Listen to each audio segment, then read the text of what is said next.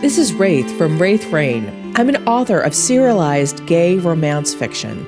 Every week on this podcast, I'll be reading a chapter from one of my gay fantasy shifter serials called Dragon's Reign. I'll explain at the break how you can find out more about this story and others I write. So let's get to it. Chapter 48. Go Play. Caden wondered exactly how and where he was going to go shift back to his human form. Despite his and Iolaire's seeming nonchalance around Valerian, neither of them was keen on staying any longer in the same space as the green dragon shifter. His eyes were hard. His expressions were hard. He was a hard, unyielding person who had no interest in Caden or Iolaire for any good reason. Truthfully, he made the skin between their shoulder blades crawl. Esme cooed at him and he smiled down at her. They liked the blue dragon. And wasn't that ultra cool that she could actually control water when she was human? Can we do that, Iolaire? Can we make ice when we're in our human form? Iolaire hooted that it didn't know. It had never seen that before. While Esme would be the most logical person to ask, they couldn't, because she couldn't hear their thoughts. Relaying them through Valerius would not be wise, because both of them were pretty sure that Valerius wanted that ability kept secret. But perhaps Valerius or Raziel would know if they could use their gifts in human form. Speaking of gifts, what else do you have up your sleeve, Iolaire?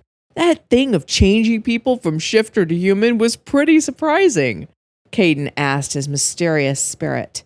Iolaire hooted and pretended, or so it seemed to Caden, that he didn't understand his question. Why won't you tell me all we can do? Caden pushed. Iolaire blinked slowly at him, doing that cat-like loving thing. Caden sighed. Iolaire was being coy, though he didn't know why. Of all the people that should know what they would be able to do, shouldn't Caden be one of them? But maybe Iolaire didn't know itself. The sense he had when Iolaire acted up in the air was that it was going by instinct. Right now, Iolaire was staring at Valerian, who was staring back.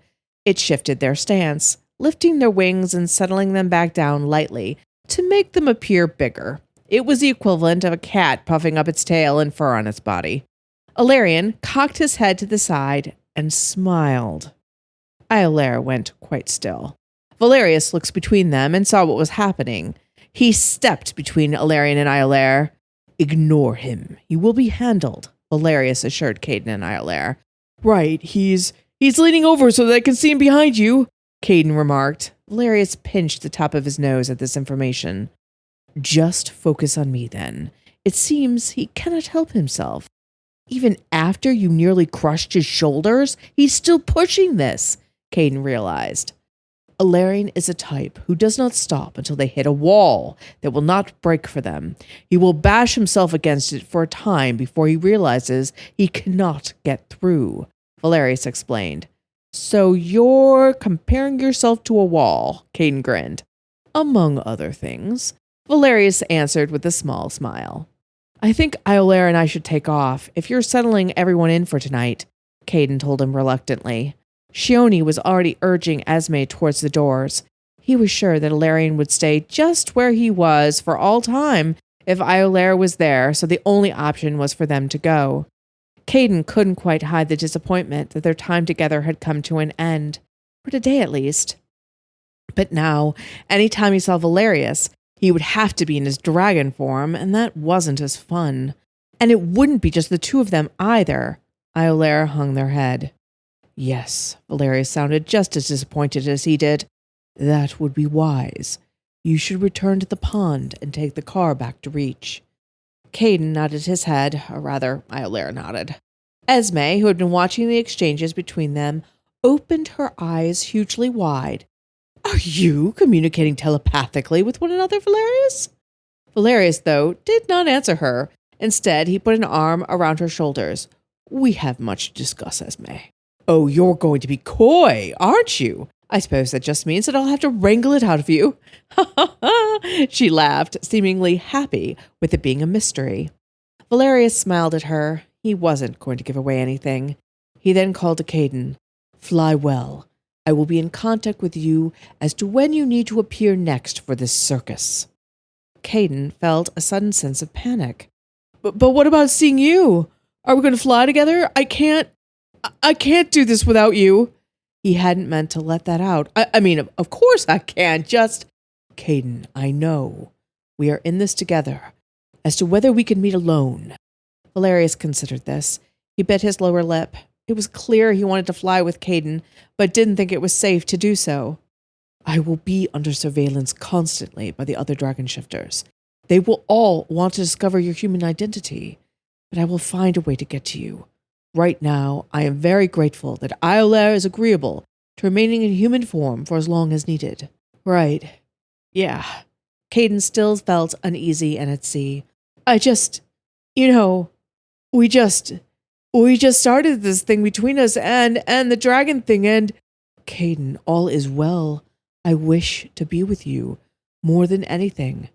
But we must be careful right now. Valerius's tone was gentle. Please know that this stricture on seeing you is not something I wish to do. It is what I must do to keep you safe. Okay. I'm just panicking a little bit, Caden admitted, frisking happily at the clear desire on Valerius's part to be together. And I miss you already. Valerius's expression softened even further. As do I. Be careful, Caden. Do not do anything foolish. Go directly to the pond. What about the press? Iolaire lifted their head towards the helicopter. Actually, helicopters that were hovering all around High Reach, filming them. Valerius frowned, but Shioni was already on it. I have contacted the media. The helicopters will be moving away, Shioni called to them. And within a few seconds, the helicopters were flying off in all directions, and soon the skies above Reach were empty but for clouds. Oh, how clever you are, dear, Esme said. After some naughtiness with the press in London, I've had to impose no-fly rules while I'm in residence. While Valerius has offered to buzz them, I have assured him that a quid pro quo with the media is far more beneficial, Shioni told her. Ilarion let out a cold laugh. Negotiating with those jackals? He shook his head. Why? Take out a few of their helicopters and see how close they get after that. Everyone just stared at him coldly. He crossed his arms and muttered, My way is better. Valerius pinched the top of his nose again. He then reached over and caressed Iolaire's big head. Iolaire cooed at him, which had Ilarion's head jerking towards them. His brows furrowed as he stared at the evident affection between them. A scowl started to form on Ilarion's handsome yet hard face. Iolaire, I regret to take my leave of you, Valerius said as he stroked Iolaire's head. It felt so good, and Iolaire rustled their wings in pleasure. But we shall see each other soon. The Dragon King then stepped back. He urged his guests and Shioni over to the doors so that Caden could easily lift off from the courtyard. The White Dragon is leaving? Ilarion gestured towards him. But we are only here to see it, and it's leaving? You have seen Iolaire, Valerius pointed out. If that is all you are here for, you may leave now. You know what I am here for, Valerius. Ilarion scowled at the Dragon King, and I will not leave without it.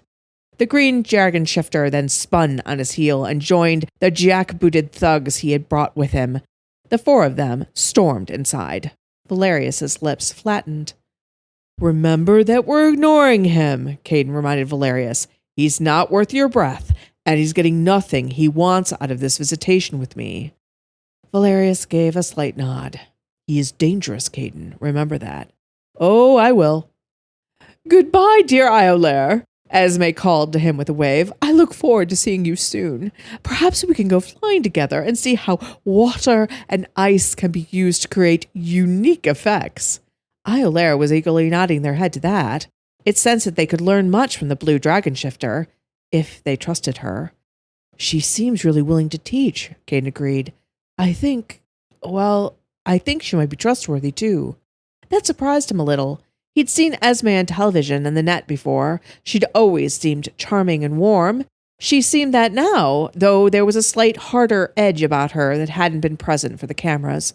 But Valerius had told him that the other dragon shifters hadn't got their spirits through necessarily noble acts. He wondered how she got hers. But beyond all that, he wondered that she wanted to teach him things. He had thought that all the other dragon shifters would want to make sure that he didn't become powerful and threaten them. Not that he could threaten them, really. Even with this new gift, he was pretty sure it had limits.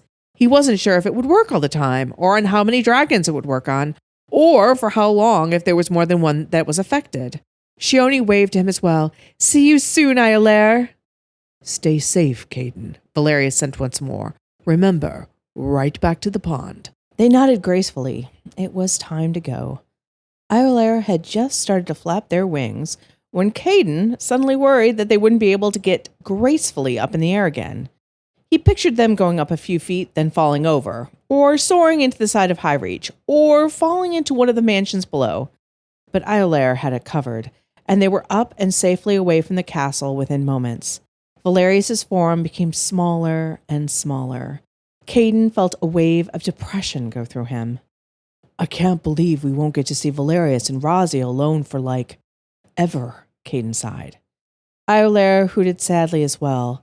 Though he hadn't really thought about it, Iolaire must have experienced what he and Caden had done sexually.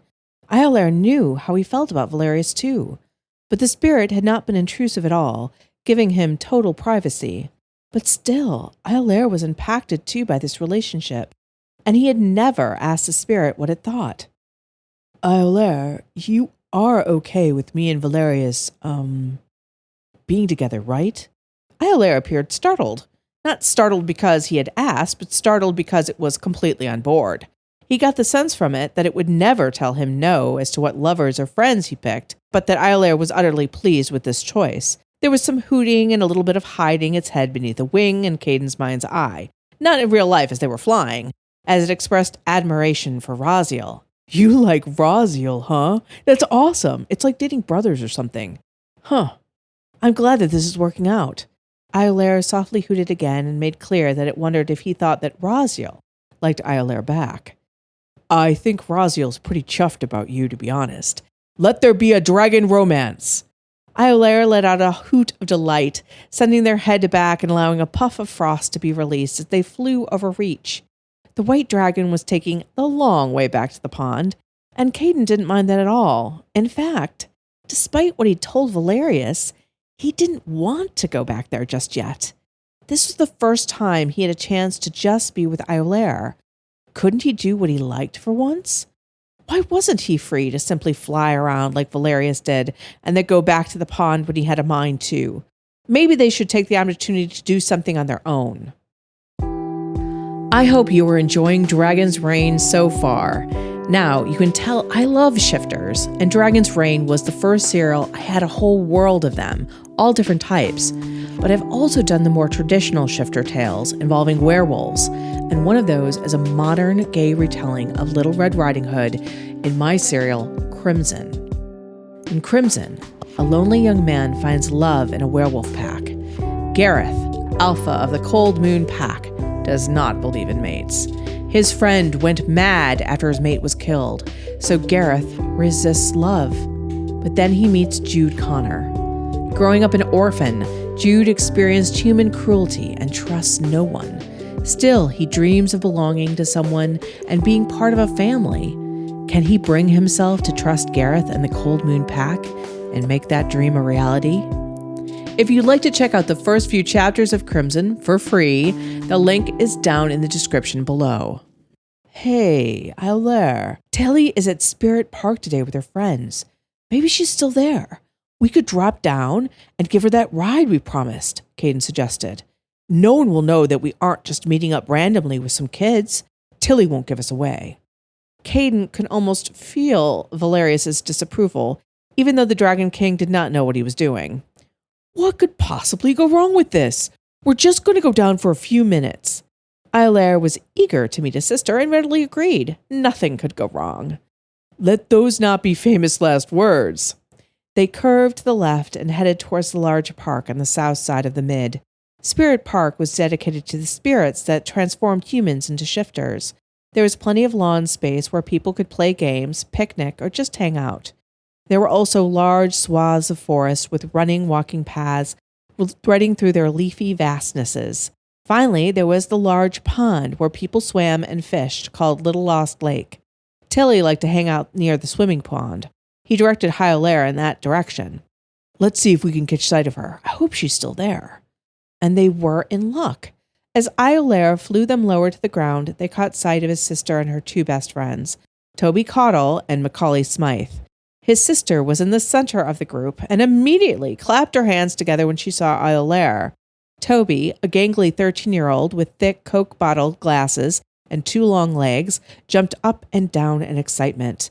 Macaulay, who was scared of just about near everything, froze and curled down rabbit-like. Tilly patted Macaulay's back in encouragement. Iolaire landed about 50 feet from the group. Caden had been so excited to see his sister that he hadn't worried about the landing. Humans can't fly, but dragons can. So long as I leave the flying to you, I think we'll be safe, right, Iolaire? Caden asked. Iolaire hooted. Caden would learn, but for now, it was better that Iolaire was in control of this dragon business. I wish we could talk to Tilly, though it seems she knows what's up. Here they come, Caden laughed. Tilly and Toby linked their arms through Macaulay's and practically dragged her to him and Iolaire. Iolaire! Tilly called breathlessly as they skidded to a halt about 10 feet away. Good job at not calling me Caden, Tills, Caden thought happily. Iolaire let out a soft hoot and immediately lowered its head so that the teens wouldn't feel loomed over, and they might get scritches as well. Tilly had absolutely no fear, of course, but she seemed a little awed as she carefully walked towards them. Come on, Tilly, it's just us, Caden thought. Tilly slowly lifted up a hand to touch Iolaire's snout. She lightly placed it between Iolaire's two nostrils. Iolaire let out a heavy, frosty breath that had her laughing. Iolaire seems to know you, Tilly, Toby said as he pushed his glasses up. They constantly slid down his nose.